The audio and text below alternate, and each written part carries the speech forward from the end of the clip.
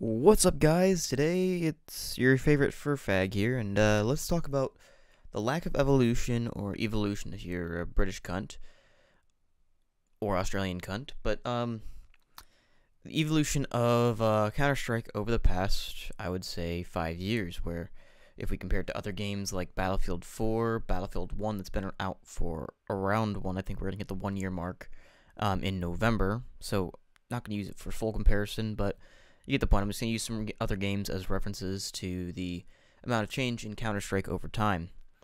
Now, as we all know, Call of Duty has shifted more and more away from boots on the ground until recently with the Call of Duty beta coming out with World War II.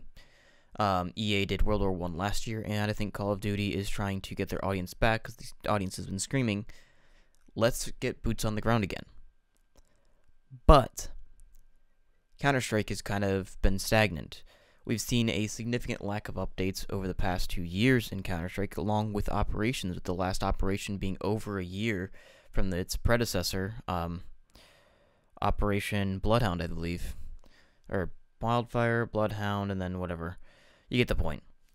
Valve has drifted more and more away from updating their game, and we see more and more cases coming in. It used to be an operation in CSGO about 3 months on, 1 month off, 3 months on, 1 month off, or something like that. And then it goes to cases every 2 months, maybe, because that's the profitable thing for Valve. I know they have to make their money, but they've made a shit ton of money off of CSGO. I mean, it's not even funny. At this point, they've sold, we have 9 or 10 million active users in CSGO. So that's 9 or 10 million accounts bought at $5 to $15 in that respective range, or stolen keys from G2A.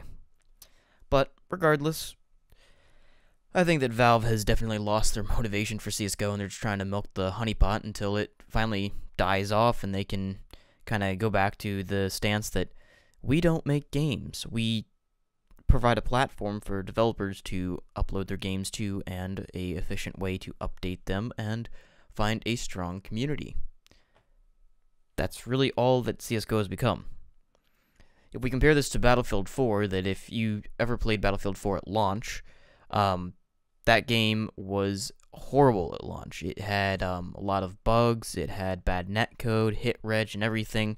And, well, CSGO doesn't have that good of a hit reg either. But so what I'm getting at here is that they turned it into one of the best Battlefield games in recent times. I think Battlefield 3 overdoes it, but Hardline was definitely a flop, and Battlefield 1 is kind of taking the same trend that Battlefield 4 had. They're going to work their ass off to make it a good game later on. They did a lot of aggressive changes in the start of Battlefield 1, but they're starting to iron those out and add some stuff in from legacy versions of Battlefield, like Battlefield 4, like the ribbons they recently added back in. Meanwhile, Counter-Strike still has the legacy bug of holding a MAC-10 or an MP7 or MP9, whatever it is, at an angle with only one hand from third person, but on your screen it's with two hands, so it still jukes the hell out of some players, making them think that they're holding a grenade. That's something that shouldn't be that difficult to fix, because it came in like 2 years ago, but it's been 2 years and they haven't fixed this bug, yet they've released a dozen cases, let's say. I'm throwing that number out there. It might be like 6, but you get the point. Valve really doesn't give a shit about CSGO anymore, and that's why I've kind of drifted away from it. A lot of my friends who played CSGO have actually followed the statistics with Battlegrounds, and they were people who were logging 30 to 40 hours a week on Counter-Strike, and that's upper percentile of Counter-Strike players. But now they're playing Battlegrounds, and Battlegrounds isn't my game. I'm going to be honest about that, but it's definitely a good game, I'd say. It just has some bugs and has stuff needing to be fixed.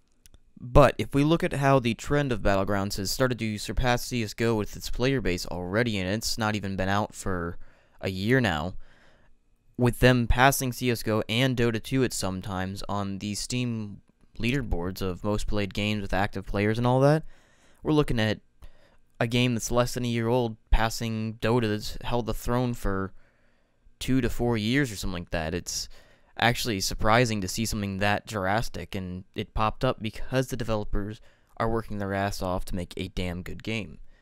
Again, like I've said, it's a good game, but not my thing right now. I just think it has too many bugs, and I'm not really up for it.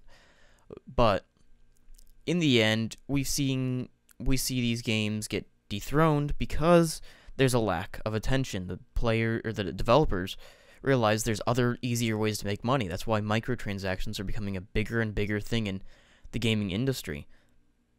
We see it in the new Madden or whatever the hell it is, Madden 2K17 or whatever. I don't know. But there's a huge amount of controversy over that because they're basically making it a grind fest unless you want to pay $20 to get your hair cut. GTA Online has become that way too. Right now they're offering a promotion for GTA for $35 with $1 million on a shark card.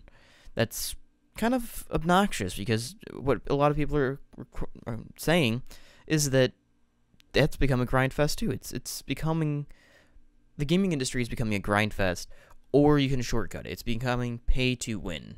Now Counter-Strike, I don't really know how they can make it pay to win unless they make it Call of Duty with certain guns have perks you can tag onto them that they won't. I'm pretty sure of that. That'll just piss off the community and be about as bad as some of the updates they've had, like the Revolver update. But in the end, I think Valve has realized that the skin market, with the pro scene having a lot of gambling still active in it, skin betting, getting rich quick is great stuff on YouTube, and it allows a lot of people a lot of ways to promote the skin aspect of CSGO, and that's a negative thing for the consumer because it means that Valve still profits with minimal effort. That's what we all want to do, but in the end, it's fucking the game royally.